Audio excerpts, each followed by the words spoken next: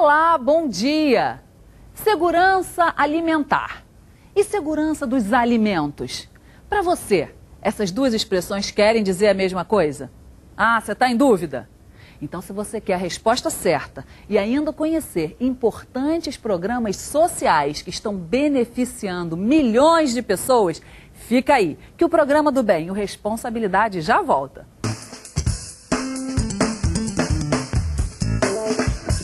Estamos de volta com Responsabilidade nesta manhã com o secretário de Estado de Agricultura, Cristino Aure, que também é deputado estadual. Bom dia, Cristino. Bom dia, Cláudia. Bom dia, os telespectadores, o pessoal que está em casa. Segurança alimentar, o que é isso exatamente? Bem, primeiro você tem dois conceitos aí que na abertura você colocou muito bem. Segurança alimentar, nós estamos falando de uma quantidade de alimentos suficientes para alimentar a população, ou seja, segurança alimentar é algo que é uma medida para poder calcular ou mensurar se uma população está sendo atendida nas suas necessidades assim, gerais de se alimentar.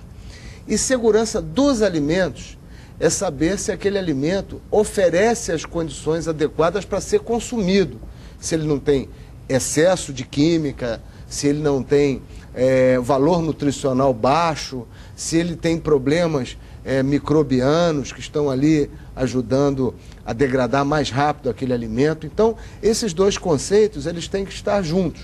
Bem interessante você falar isso, sabe por quê? Porque você falou da segurança dos alimentos. Eu acho que para dona de casa, até a pessoa mais culta e mais bem intencionada, ela pensa que é o prazo de validade, quando na verdade você está falando do valor nutricional. As pessoas não estão muito ligadas nisso atualmente, né? Na prática tem muito desconhecimento, porque a gente deveria, desde a escola, desde aquele ensino fundamental, eu diria até na pré-escola, começar a educar nossas crianças para uma boa prática nutricional, ou seja, nós ensinarmos as crianças a saber separar os alimentos em categoria, o que nos dá energia, o valor da proteína, o que é uma vitamina, porque a pessoa chega, às vezes, fica adulto, chega na terceira idade e não compreende como é que se monta um mínimo de uma alimentação saudável e que atenda às necessidades de cada um. Por isso, muitas donas de casa cozinham, às vezes, pela tradição que aprendeu com a avó, com a mãe, que a pessoa pode ter a sorte de ter uma avó e uma mãe consciente, mais bem preparada, ou pode ser que tenha uma que faça pratos deliciosos, com uma receita tradicional de família, mas que o valor daquilo para nutrir uma família talvez não seja o mesmo se fosse aquela uma refeição mais estudada, mais balanceada. Hoje em dia a gente tem uma tendência a ter muito alimento processado, ou seja, alimento industrializado. E o alimento industrializado, com raras exceções, eles têm compostos que fazem com que eles durem muito tempo na prateleira. Então, tem estudiosos que dizem até que se você coloca um determinado alimento na prateleira e ele fica ali durando 4 meses, 6 meses, depois você ainda traz para casa, ainda coloca em cima da mesa, e nem a bactéria e o fungo quer, por que nós deveríamos de querer? Né? Então, verdade. A lógica é que quanto mais natural você procurar ter sua alimentação, melhor. É claro, para que nós tivéssemos assim, exclusivamente alimentação biológica ou orgânica, isso não está ao alcance ainda, porque não tem volume de alimentos suficientes para atender a todo mundo dentro desse conceito. É claro que nós teremos que, durante muito tempo ainda, conviver com produtos que têm conservantes, que têm formas de tornar esse produto acessível para a população, no sentido de que ele possa se conservar no período de trânsito dessa mercadoria. Agora, quanto mais a gente procurar levar para o lado da redução dessa carga e também as famílias procurar separar bem, ter aquilo que os nutricionistas costumam dizer que é um prato colorido, né, que tem um pouco de verde e da cor dos outros vegetais. Vermelho, né, amarelo. Que tem lá, né, vermelho, amarelo, enfim, põe bem nesse aspecto. Você tem uma fonte de energia que normalmente é dada pelo carboidrato, que está no grão, no arroz, ou num outro grão que seja utilizado também uma massa que está ali, né, o trigo, ou outros compostos que podem ajudar nessa direção, e uma proteína, que pode ser a proteína oriunda da carne, dos diversos tipos de carne, mas também dos ovos, dos próprios lácteos, né, produtos derivados do leite, e proteína que está no feijão, por exemplo. Eu estou achando interessante isso que você está falando, da maneira como você está colocando, sobretudo, porque você não... Ninguém que está em casa vai ter dificuldade nenhuma de comprar revistas, livros, assistir programas. O que mais tem está super na moda falar de alimentação. É difícil você conseguir fugir de um programa que não tem um sujeito cozinhando, mostrando como é que faz. Agora, nossa, é o hit da parada. Sem dúvida. Agora, eu acho que muito pouca gente desmistifica como você está fazendo, de explicar sem querer vender nada. Seu objetivo não é vender, é que quem está em casa tenha saúde, que a pessoa aprenda. Você não está querendo vender revista, você não está querendo ganhar nenhum tipo de benefício. Claro. Eu acho que o nosso principal objetivo, e principalmente a Secretaria da Agricultura, nós somos agricultura, pecuária, pesca e abastecimento.